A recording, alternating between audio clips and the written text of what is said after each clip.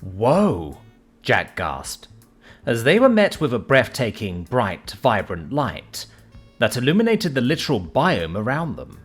The vast glass dome of the aquaplex, efficiently reflecting the light from the outside to shine down on the glittering pools around them. It was an amazing sight that far surpassed any expectations Jack might have had about this place. Looking around, he could see palm-like trees and other flora that made the aquaplex look like a captivating lush tropical oasis. It was beautiful. As Jack stepped forward, he felt the soft sand beneath his toes, and looking down he realized he was on some kind of an artificial beach, where sunbeds were sitting in rows around them with groups of students congregated around, happily relaxing and adding to the pleasant ambience of people having fun without a care, content to enjoy themselves without the stresses and dangers of their insane lives. Suddenly, they were interrupted once again by that same melodic chime that echoed all throughout the aquaplex, and several people rushed out towards the massive pool right in front of them, which was surrounded on most sides by faux rock cliffs and tropical plants. "That was the 5-minute warning," Chio informed them. "Wave pool! Everyone in and where you want to be before it starts!" Allura called out to everyone behind them, and the gang of students wasted no time. With eager faces, they quickly made their way over to the massive pool and dipped their toes in the water, with Jack enjoying the relative warmth. "There's a big gap over there we can go for," Allura pointed, quickly pulling out something small from one of her swimsuit pockets, pressing something and allowing the inflatable to quickly enlarge in size. "I don't want to mess up my hair though." "Allura, it's a water park. Why the hell are you worried about your hair?" Nika rolled her eyes before fully jumping into a deep bed. "Race you there?" "You're on," Jack grinned as he jumped in too, quickly followed by Scifi. "For goodness sake, wait up," Allura huffed, as the rubber ring automatically increased in size, using some kind of mechanism to inflate itself. So much for wanting to stick together, Jack thought to himself as he swam forward, trying his best to catch up to Nika, with the Kism being faster than him in the water, with Scifi also managing to pull ahead of him, using her wings to increase her momentum. He assumed that being heavier and larger than the two worked against him in this race, before he sensed a blue form moving effortlessly through the water, quickly overtaking him, Scifi and Nika, before stopping at the spot they picked. "I win," Chio shrugged with an extremely smug look. "That's not swimming and you know it, Chio," Nika told the Alithi as they caught up. "I believe your exact words were, 'race you there,'" the Alithi chuckled. "You never said how." "You can hover through water?" Jack asked, slightly confused. The only time he had ever seen Chio move nearly as quickly was when they had to run for the cult of the Destroyer. "I certainly can," the Alithi told him. "Remember when I told you that my ability to hover works by exerting psionic force on the ground below and around me?" "So, the same principle applies for water," Jack reasoned. "You can push off it much easier since you're submerged, and that's why you can move faster." "That's right," Chio nodded. "If a bit simply put, my people's homeworld is mostly water, so that's how we evolved that ability in the first place." "Still cheating though," Scifi pointed out, causing the Alithi to cheekily stick her tongue out. "Oh, good. It hasn't started yet," Allura panted, as she paddled her rubber ring over to them, with Dante grinning as he lay on top of it. "Nope," Scifi confirmed. Are you sure it's a good idea to have an animal that can shoot electricity in the pool? Do we know if he can swim?" "You're asking that question now?" Allura rolled her eyes. "He seems happy enough to join us, and he can just blink to one of the ledges if he doesn't like it." "Woof!" Dante barked in agreement. Suddenly, a final alarm rang out, and everybody in the pool cheered, while many more from the outside began sprinting towards them. "And so it begins," Allura grinned. Jack stayed where he was treading water, as he looked ahead to the deepest end of the pool, where some kind of machine was growling at the back wall, causing the water beneath them to swell and churn, quickly sending the first wave towards them, causing a collective thrill that surged through all the excited students, as the powerful wave lifted them up as it passed. Jack stuck close to the others as he began to wonder what the hype was even about, before the subsequent waves came at him more fiercely and intensely, to the point where he couldn't help but whoop and cheer with the other students, as the waves waxed and waned, completely caught up in the sheer awesomeness that was going on around them. Alora had been joined by a few students who had quickly realised that they had bitten off more than they could chew, and were grateful for the support of her inflatable, holding onto the side of it as they recomposed themselves and recovered. "Last wave's a big one," Nika called out to Jack. "Get ready." With a deep, thunderous sound, Jack could see the deep end of the pool suck in a large amount of water before rapidly spitting it out, sending a huge tidal wave well over twice his height, headed towards them. "Oh shit!" Jack gasped, as he quickly held his breath before being battered by the wave, sending him tumbling for several seconds until he was able to right himself. Looking around, he could see the others were alright, and he happily joined in the cheers as the waves began to subside. "That was awesome," Scifi grinned. "What are we going to do next?"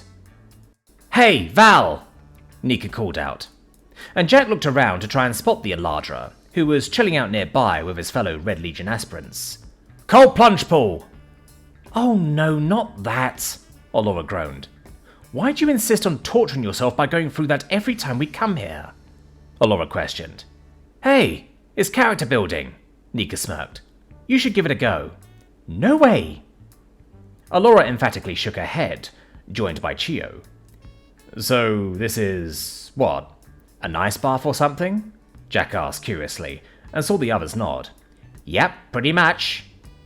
Scifi perked up at the idea, as it seemed to spread amongst their fellow students, though most people just jump in and get out as quickly as they can. "Sounds fun," Jack grinned as they swam back, following the flow of the crowd that was leaving the wave pool, though several were content to stay and relax in the now still water. Swimming to the side, he could see that there was a subtle ramp that came up the side of the pool Val was leading the others up, mostly hidden amongst the foliage that apparently led to where they were going. Climbing a set of ramps and walkways that revealed even more of the lush indoor rainforest they were walking through, they suddenly found themselves in the small tundra biome, with a few flumes and a food store that seemed to sell frozen cocktails and cubes of fruit. Looking around, Jack could see a few rugged, durable-looking trees and grasses that fit the cold, mountainous aesthetic of this small, tucked-away area at the edge of the aquaplex. Along one side was the long lip of an ominous-looking pool that emitted a subtle, ghostly mist, hinting at the frozen hell that awaited. There were no seats or places to rest, save for the raised platforms all around that allow for a quick exit. All around were hilariously over-the-top warning and danger signs that this pool was not for the faint of heart, but nonetheless several students eagerly approached. "Alright lads," Val grinned. "Who takes the plunge first? Critch, you up for it?" "Hey, no way I'm going first," the lister exclaimed in a panic, backing away. "Are you scared?" Pludru thundered out. "Hell no," Critch retorted a little too quickly. "I just need to psych myself up. Why don't you go first if you're so tough?" "My heart is already frozen," the Ploof began, before being quickly cut off by the groans of many of the other lads around them that had already heard of what the overly romantic Ploo had gone through. "That's ultra cringe," Karzan snorted in amusement, the armadillo girl shaking her head. "One of us ladies should show you how it's done. It seems like we've got more balls than you guys. Nika, you're up." "What? Why me?" the Kitten exclaimed. "You're the one that wants to show them how it's done." "Frost should do it," one of the other students called out. "It's in his name." "Oh, for fuck's sake," Jack groaned, as the crowd immediately turned on him, causing him to look at the dark depths of the still water that called to him like a siren's beckoning. "Alright guys, I'll do it. It can't be that bad, can it?" "Jack, you don't need to feel pressure to do something you don't want to do," Alora sighed as she walked up to him. "Peer pressure isn't— Ah!" The Eladri was caught completely off guard as, with an almighty yelp of panic, she was shoved towards the pool. Her arms flailed momentarily, resembling a gymnast executing an impromptu routine, which did nothing to delay the inevitable as Alora plopped into the pool, causing an almighty splash before she quickly surfaced in a series of gasps, screams and flailing around as she sped towards the lip of the pool. "What?" Scifi grinned guiltily as everyone began laughing. "Someone had to do it." "Scifi, you're fucking dead!" Alora yelled in a fit of rage as she scrambled up the steps. "You ruined my hair!" "Oh shit," the Scritter laughed as she moved away. "Jack, help!" "Nope, I'm out of here, Jack grinned, as he jumped in. Fuck! He gasped as his body clammed up like a vice, sending a jolt through his body that squeezed out a gasp from him. And all around him he could sense several others jumping in, and having much the same reaction as him.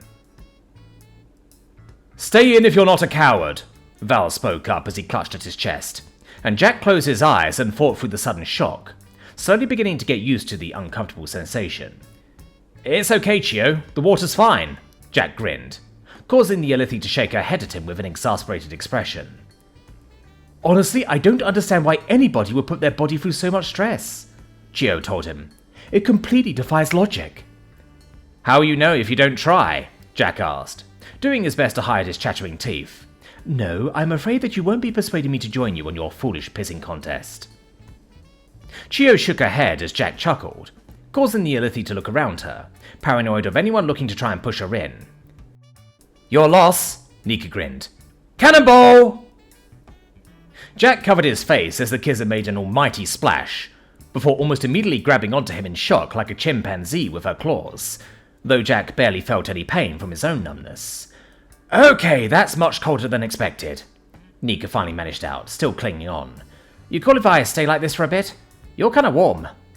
I don't feel like it, Jack chattered back, as Chio watched on in amusement, occasionally catching glances of a very angry Alora chasing Scifi, as the onlookers cheered on. Come on, Critch, in you come, Val called out with a smirk, as Zook clutched onto him. I'm still hyping myself up, the Lister called back with false confidence.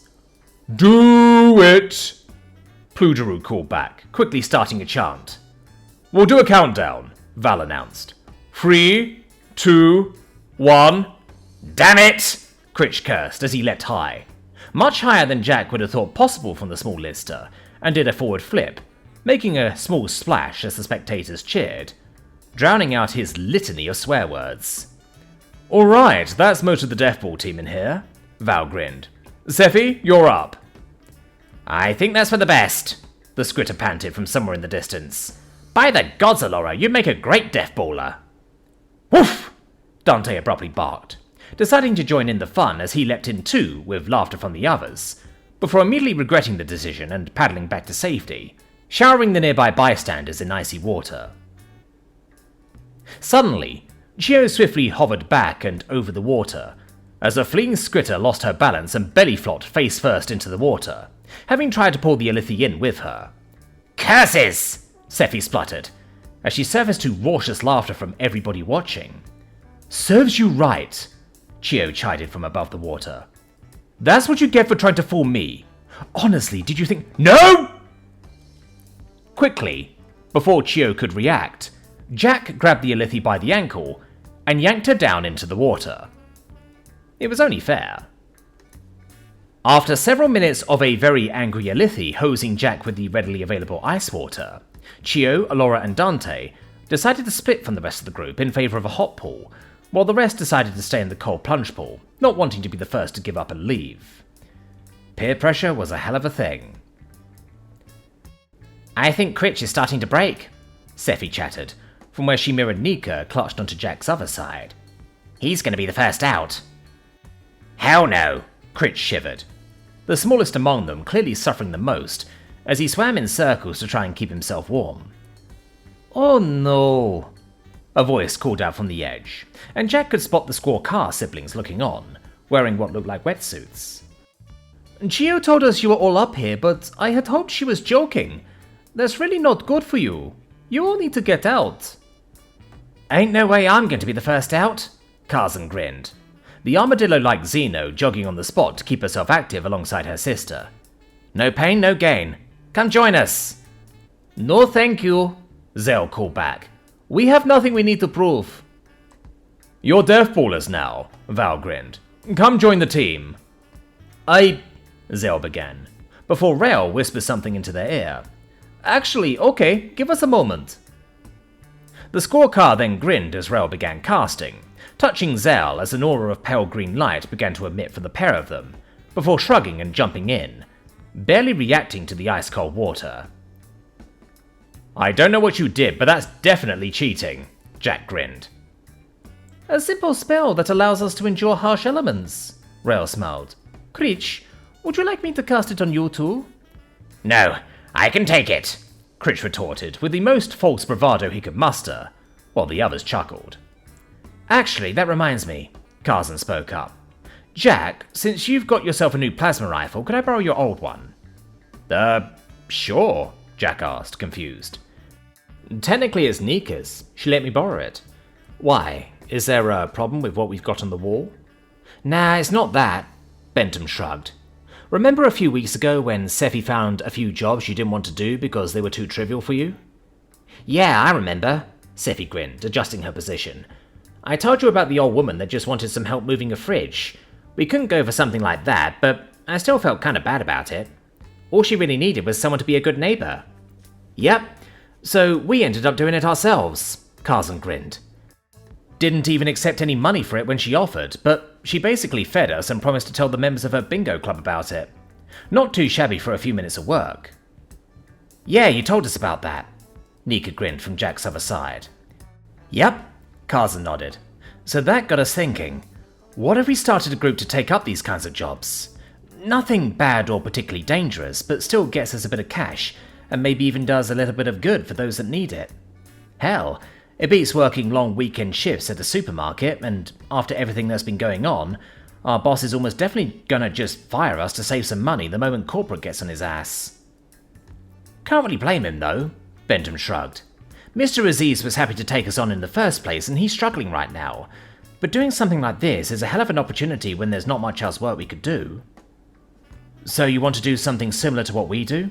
Nika asked. Nothing dangerous or risky, Zell emphasized. Rail and I think is a good idea too. Obita was also interested when we spoke to him about it. Wait, you guys are in on this too? Scifi asked. Think about it, Karzan excitedly told them, no longer paying heed to the cold. You kept telling us about all the crap jobs that you don't want to take, but what if we took them instead? So, like a B team? Nika asked, deep in thought. Only for Karzan and Bentham to both scoff dismissively at the analogy. Like fuck we're calling it that, Bentham told them. But if you guys have the time, Karzan and I would like you to check out our shooting and form to make sure we're doing it right. We wouldn't be actively taking those kinds of jobs, but the city is pretty dangerous, so we should probably train for it. Especially if we're hired on to provide some security or go further afield on a scavenging trip. Sounds like you're pretty set on it, Jack nodded in approval. Are you sure something like that is financially sustainable? We haven't really done anything yet, Rail informed them, swimming close to Critch, who was desperately trying to keep himself warm. Karzan said we should do a trial for a few weeks. Yep, we'll check to see if it works. We basically just wanted to ask you if we could borrow some of your unused kit, and if you'd be cool referring a few of your job offers over to us after helping us practice for it. Karzan confirmed with a winning smile. Sure, Nika shrugged. That might work out well. I wouldn't be comfortable just sending jobs your way without knowing your capabilities, but you're approaching this with the right attitude. That's fine, Bentham nodded. All of us have been out together on scavenging missions for the homestead, but Jack's paranoia has definitely been rubbing off on us. We want to be careful, especially when we're leading these missions. Thanks. No problem, Nika grinned. We can do with that later. Right now, I want to go for the Wildwater Rapids. When we're done here, of course. I'm not leaving first. I don't suppose we can order a few hot drinks here or something? Jack asked with a grin. Maybe a pizza or two? Might not be a bad idea, Critch grinned nervously. I think we're going to be here a while.